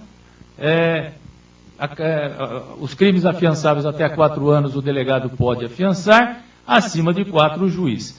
Então, e vem dizendo o seguinte, nos demais casos, a fiança será requerida ao juiz que decidirá em 48 horas. Por que 48 horas e não 24?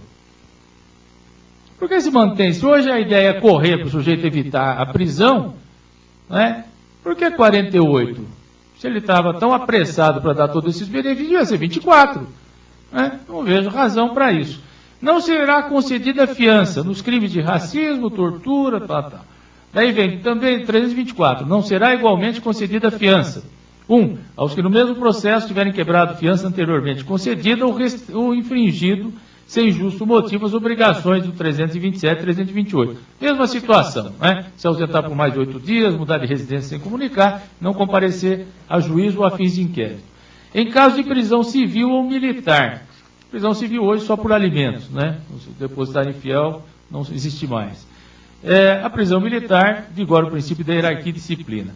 Inciso 4º, quando presente os motivos que autorizam a decretação da prisão preventiva. Então, não cabe fiança. O valor, agora que vem o problema, mudou-se o artigo 325. O valor da fiança será fixado pela autoridade que a conceder nos seguintes limites. Agora é um verdadeiro festival. né, de 1 a 6 salários mínimos quando se tratar de infração cuja pena privativa de liberdade no grau máximo não for superior a 4 anos, concedido pelo delegado, então. O que acontece? 6 salários mínimos dá 545, dá R$ 54.500. E depois vem no parágrafo único dizendo que pode ser aumentado até 1.000 vezes. Na legislação anterior, o juiz podia aumentar, o delegado podia somente diminuir. Se deu um instrumento que eu acho indevido na mão da autoridade policial. Segundo, de 10 a 200 salários mínimos, quando o máximo da pena privativa de liberdade combinada for superior a 4 anos. Isso dá R$ 109 mil. E que, se aplicado os 100 mil vezes, né, eu vou ter 109 milhões. Vejam, isso é um sonho de uma noite de verão. Né? Como diz o professor Heleno Cláudio Fragoso, quando se mudou o critério do dia multa na legislação a partir de 84, ele falou, a pena de multa não está destinada entre nós a ter o mesmo relevo que em outros países. 2 pontos. Somos um país pobre e os condenados do sistema penal, em regra, são os miseráveis. Que adianta eu colocar uma multa de 109 milhões de reais? É uma brincadeira. Certo? Não vai ser paga, vai acabar saindo no 350 aqui, substituído pela liberdade provisória sem fiança. Pode ser reduzida ainda até o máximo de 2/3. Né? E a fiança pode ser prestada enquanto não transitar em julgada a sentença condenatória. Voltando a falar aqui, aquele artigo que cuidava de quando a autoridade demora para arbitrar a fiança, que cabia reclamar o juízo, pelo próprio eventual indiciado ou por terceiros por ele, né? Então, aqui ficou, recusando ou retardando a autoridade policial a concessão da fiança, o preso ou alguém por ele poderá prestá-la mediante simples petição perante o juiz competente, que volta à história, que decidirá em 48 horas. Então, ele fica preso. Deve ser imediata essa deliberação. Agora, tirou-se a cautela que a lei impunha de consultar o delegado do porquê. Várias vezes eu já tive a oportunidade de o sujeito se identificar com outro nome. E ele estava ainda fazendo a legitimação, então era justo não conceder a fiança. Não é? Então, pelo que se colocou aqui, se faz o bate-pum, requereu, concedeu a fiança, eu não sei quem é o sujeito. Então, não achei que foi muito prudente, pelo menos não indagar o motivo da autoridade. Né? E o delegado poderia, por exemplo, no 324.4, negar a fiança baseado em motivos de decretação preventiva? Que é um fato completamente central e policial. No 300... Seria o objetivo. O 324, não será igualmente conceder a fiança. E aí o último é, quando presentes requisitos que autorizem decretação de prisão preventiva. O delegado nunca vai decretar preventivo, mas ele pode... Esse entendimento que ele pode fazer esse exame e dizer, um furto, uma receptação muito grave, e eu não dou fiança aqui? Não, veja, ele tem que representar de imediato para o juiz. Não acho que é ele que vai falar isso.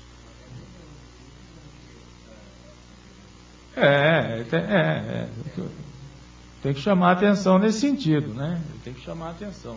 Eu acho que ele não pode fazer, ele não pode negar a fiança. Então, veja, a fiança é um direito do réu. Né? E outra coisa, estamos esquecendo, com toda essa história, acho que é o 326, se não me engano, que o 326, ele fala o seguinte: para determinar o valor da fiança, a autoridade terá em consideração a natureza da infração, as condições pessoais de fortuna e vida pregressa do acusado, circunstâncias indicativas de sua periculosidade, bem como a importância provável das custas do processo até final do julgamento. Então, veja, o requisito básico é a condição financeira do réu. Então, essa história do delegado poder aumentar também 1000 vezes, está em cabimento. Porque ele tem que fixar, se é um humilde trabalhador que ganha R$500 dentro desse valor, dentro do que ele possa pagar. Aí, a fiança é um direito do réu. Tanto que a fiança, ela sempre teve vivência na Constituição de 34, 37, 46, 67, 69, emenda número 1 de 69. Mesmo na época do regime militar, a fiança sempre teve previsão legal. Daí que os autores a colocam como um direito. E a liberdade provisória sem fiança uma faculdade, porque não tinha previsão expressa legal. Né? Então, a fiança é um direito do réu. Eu acho que ele, preenchendo o requisito objetivo, o delegado não pode negar, nem o juiz. salvo presente algum dos outros motivos que contestem essa possibilidade de concessão. Então, eu acho que o delegado não pode arguir isso, porque até não é isso de valoração que ele vai fazer. Então, eu acho que, na verdade, era bastante razoável como estava a fiança anteriormente, nas mãos do delegado para os crimes menores, na mão do juiz para os apenados com reclusão, e com uma decisão rápida se fosse o caso.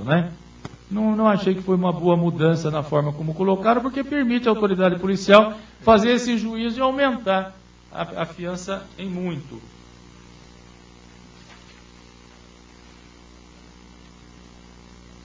O Supremo entende que a gravidade do crime isoladamente não justifica a prisão preventiva. O novo 282.2 do CPP determina que as medidas cautelares, eu falei isso, deverão ser aplicadas, observando-se a adequação da medida à gravidade do crime. Significa que um crime mais grave, exemplo, homicídio qualificado, por si só pode justificar a aplicação de determinada medida cautelar? Lê só o nome do colega que perguntou? O nome do colega, a primeira vez. Ricardo Lorga, juiz de Tanabi. Vejam, isso aqui, na verdade, ele está falando especificamente isso para as medidas cautelares. Mas eu acho que se estende, isso é o mesmo critério para preventivo, eu acho que se estende. Acho que o início da quebra dessa orientação, que eu acho que está perdida no tempo, de que só a gravidade do crime não justifica a prisão. Justifica sim. Eu acho que é o começo da mudança dessa orientação, porque está no texto legal. Se cabe para a medida cautelar, que é o menos, também tem que caber para o crime, que é o mais. Acho que é um... Deixa eu ver se tem mais alguma coisinha aqui que fosse... Vejam, uma mudança a mais aqui que a fiança permitiu, é que a destinação, os objetos dados como fiança servirão ao pagamento de custas, indenização do dano, prestação pecuniária, que não tinha previsão legal antes, e da multa se o réu for condenado.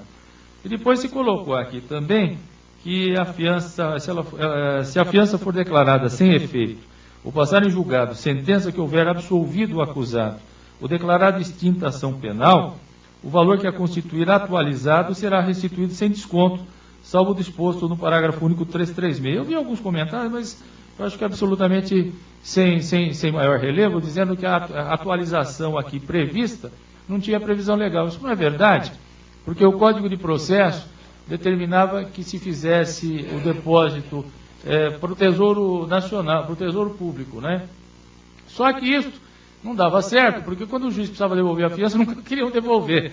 Então, as normas de serviço da Corregedoria mudaram a forma de cumprimento da fiança de longa data, para que se fizesse depósito de uma conta com juros de correção monetária. Então, sempre que ele fosse receber a fiança, ele iria recebê-la atualizada. Então, isso aqui, na verdade, aquele artigo do Código que fala isso já está desatualizado há muito tempo e não é cumprido. Então, isso não foi propriamente uma inovação. Só que o que eu achei é o seguinte, faltou mencionar as hipóteses de arquivamento do inquérito ou de não recebimento da denúncia.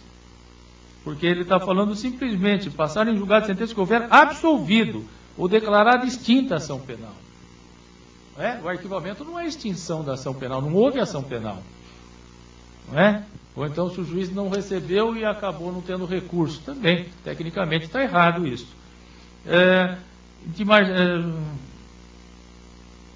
Vejam, julgar-se-á quebrada a fiança quando o acusado, regularmente intimado para o ato do processo, deixar de comparecer e tal. Deliberadamente praticar ato de obstrução ao andamento do processo. Veja, não há definição desses atos de obstrução. O que eu posso entender por ato de obstrução? No genérico. Para quebrar a fiança por isso, precisa ser alguma coisa um pouco mais determinada. Segundo, descumprir medida cautelar imposta cumulativa com a fiança. E a última hipótese, resistir injustificadamente à ordem judicial. São motivos, para mim, na verdade, de decreto preventivo. Ele resiste à ordem judicial, ele está desatendendo totalmente, está descumprindo a obrigação da fiança. Eu acho que... Deixa eu ver se tem mais alguma coisinha aqui que valesse a pena... Só uma lembrança que me ocorreu agora no fim da tarde, que eu até anotei. Como é que fica a fiança com relação às leis especiais? Nós passamos a ter só uma fiança ou não? Porque antes nós tínhamos fiança para a lei de tóxicos antiga. Tínhamos fiança do artigo 325 do Código Penal, que fazia aquelas três hipóteses, que era pelo máximo da pena. Nós tínhamos fiança para os crimes contra a economia popular e a fiança dos códigos de consumidor. Vejam, com relação à economia popular, ela teve um parágrafo 2º acrescido no próprio artigo 325 do CPP. Então, com relação a ela, embora o artigo 5º da Lei 1521 falasse isso, e como uma parte da Lei 1521-51, eu acho que ela está derrogada pela Lei 8.137, teve algumas figuras que passaram a constituir figuras específicas, né? Eu tenho a impressão que passa a viger só essa fiança geral aqui para essa lei específica, porque se acresceu uma série de coisas no Código Penal, dizendo que tinha que lavrar auto-prisão em flagrante, só o juiz poderia conceder a fiança nos casos de crimes contra a economia popular, por exemplo, vender pãozinho mais caro do que o valor tabelado, aquelas histórias, né? Então, mas como essa se incluiu dentro do próprio Código, embora ela tivesse o artigo 5º, que falava enquanto seriam até as fianças, mas falava em valores antigos, eu acho que essa se pode entender que está abrangida por essa fiança geral. Mas a do Código do Consumidor, eu acho que tem vivência autônoma, porque está no artigo 79 e diz: o valor da fiança das infrações de que trata este Código será fixado pelo juiz pela autoridade que presidir o inquérito entre 100 e 200 mil vezes o valor do bônus do Tesouro Nacional, BTN, ou índice equivalente que venha substituí-lo. Se assim recomendar situação econômica, o indiciado ou réu, a fiança poderá ser reduzida até a metade no seu valor mínimo, aumentada pelo juiz até 20 vezes. Então, ela parte de R$ 155,61 até R$ 311,220. Eu acho que esta prevalece. Por quê? Porque está numa lei especial e o critério é outro de fixação. Então, ela não está abrangida porque não há essa menção expressa, a estar revogada no texto novo. Tinha que ter uma menção expressa, e não tem, então essa eu acho que passa a ter vivência própria. A outra, da Lei da Economia Popular, acho que segue essa regra agora geral do Código. Acho que, em princípio, eram esses os comentários aqui que me ocorreram. Se alguém tiver alguma...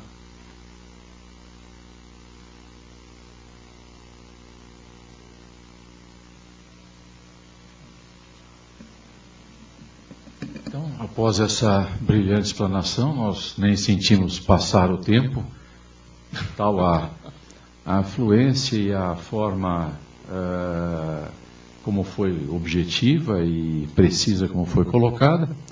Só nos resta, então, agradecer a presença de todos os presentes e aqueles que nos acompanharam pela internet, 104 conectados, a iniciativa da APAMAGES de promover mais essa reunião, esse debate, para elucidar um tema realmente, e a colaboração desse grande desembargador, doutor Damião Koga.